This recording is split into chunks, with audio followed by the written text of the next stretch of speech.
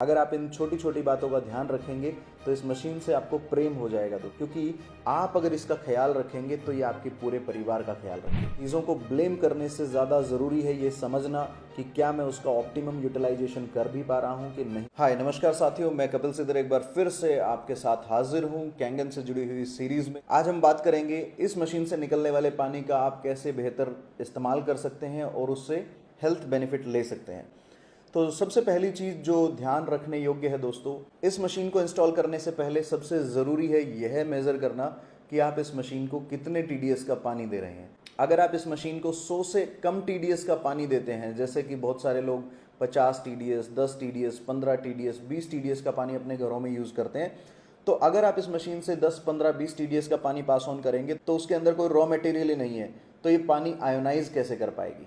तो सबसे महत्वपूर्ण चीज़ है, as per the guidance of WHO हमें कम से कम 100 TDS का पानी पीना चाहिए और अधिक से अधिक आप 300 TDS तक का पानी कंज्यूम कर सकते हैं। तो इस मशीन के लिए जो एक्सेलेंट TDS है जिससे आप हेल्थ बेनिफिट ले सकते हैं वो होना चाहिए 100 से 150 के बीच में, या फिर 200 से नीचे, 100 से अधिक आप इसका TDS रखिए जिससे आपको बेहतर टेस्ट और साथ में बेहतर परिणाम मिले। दूसरी चीज़, जैसे ही आप ये अपने घर पे मशीन इंस्टॉल करते हैं तो कुछ ज़रूरी बातों का ध्यान रखना आवश्यक है।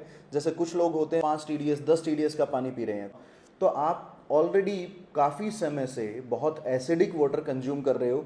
इसीलिए पहले आपको ये देखना है कि आपकी वाटर हिस्ट्री क्या रही है, आप पिछले कितने महीनों से कौन सा पानी पी रहे हैं। अगर आपके घर में 4, 5, 6 TDS का पानी पिया जा रहा है तो शुरू में पहले 2 या 3 दिन आप क्लीन वाटर से शुरू कर सकते हैं। ये वाला बटन है क्लीन वाटर, जो कि न्यूट्रल पीएच है, ताकि आपकी बॉडी हैबिचुअल हो न्यूट्रल पीएच के लिए।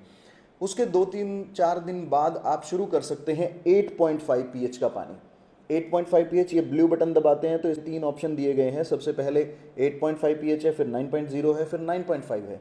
आप एक हफ्ते तक 8.5 पीएच पीजिए। किसी के घर का TDS अगर 100 या 150 है तो ऑलरेडी वो माइल्ड एसिडिक वाटर पी रहा है या न्यूट्रल पीएच पी रहा है, तो वो लोग सीधा शुरू कर सकते हैं 8.5 पीएच से। फिर एक हफ्ते तक आप 8.5 पीएच का ही पानी पीजिए और उस एक हफ्ते के बाद आप शिफ्ट हो सकते हैं 9.0 पीएच पे, और उसके अगले 10 दिन बाद आप रेगुलर 9.5 पीएच का पानी इनटेक कर सकते हैं। तो इसलिए सबसे इंपॉर्टेंट चीज़ है, आपको ये चेक करना पड़ेगा कि आपकी वाटर हिस्ट्री क्या है।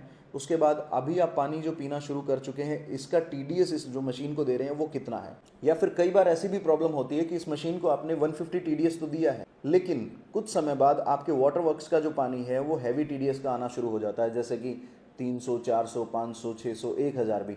तो उससे आपको टेस्ट में फ़र्क आना शुरू हो जाता है और आपको इसके बेनिफिट्स भी मिलना कम हो जाते हैं। इसलिए अपने घर में एक TDS मीटर ज़रूर होना चाहिए। और जैसे नियम से आप सारी दिनचर्याएं करते हैं, सुबह उठते हैं, नहाते हैं, तो उसी के अंदर इंक्लूड करें एक दिनचर्या को कि आप हर रोज़ जो आपका ड्रिंकेबल वाटर है, जो आपकी परिवार पीने वाला है, उसका TDS ज़रूर चेक करें। It should not be less than 100, और 200-300 तक हो भी जाए तो चल जाएगा, लेकिन 100 से नीचे नहीं होना चाहिए। अगर आपका TDS 100 से नीचे जाता है तो आपको तुरंत टेक्नीशियन को बोलना चाहिए कि इसके TDS को ठीक किया जा सके। और मैं आपको बता देना चाहता हूँ, कैंगन मशीन TDS को ठीक नहीं करती है।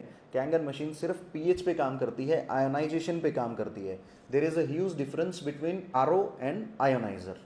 RO is a reverse osmosis technology जो सिर्फ आपके TDS को कंट्रोल करता है, और कैंगन इज़ अ आयोनाइजर जो आपके पानी के पीएच को हेल्दी पीएच में तब्दील करता है। राइट, अपनी मशीन से हर रोज़ ये ब्यूटी वाटर ज़रूर चलाएं। आप 2 या 3 लीटर पानी हर रोज़ सुबह उठ करके ब्यूटी वाटर ज़रूर निकालें, जिससे मशीन की जो प्लेट्स हैं वो क्लीन होना शुरू हो जाती हैं। और उस ब्यूटी वाटर से आप फेस वॉश कर सकते हैं, हेयर वॉश कर सकते हैं, या पौधों में डाल सकते हैं। और साथ ही कम से कम हर 2 महीने में इसकी क्लीनिंग आवश्यक करें। जिनके घरों में ये मशीन है वो लोग क्लीनिंग प्रोसेस जानते होंगे, जो प्लेट्स पे कैल्सिफिकेशन हुआ है उसको क्लीन किया जा सके।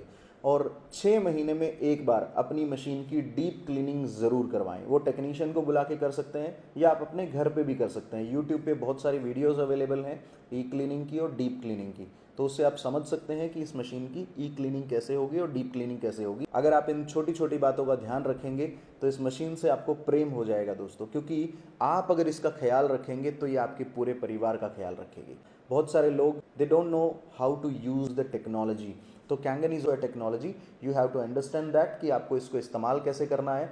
ये दुनिया का सर्वोत्तम पानी देने वाली मशीन है दोस्तों, और ये आपकी लाइफ में बड़ा ट्रांसफॉर्मेशन दे सकती है। तो इसको समझिए, एजुकेट होइए इसके बारे में, और आप इसका ख्याल रखिए, ये आपके पूरे परिवार का ख्याल रखेगी। तो मिलते हैं इसी प्रकार की और वीडियोज़ में, और अगर आप चाहते हैं या आपका कोई भी डाउट है जिस पर मैं और वीडियो बनाऊँ तो आप कॉमेंट में लिख सकते हैं। With these words, thank you so much, have a great day.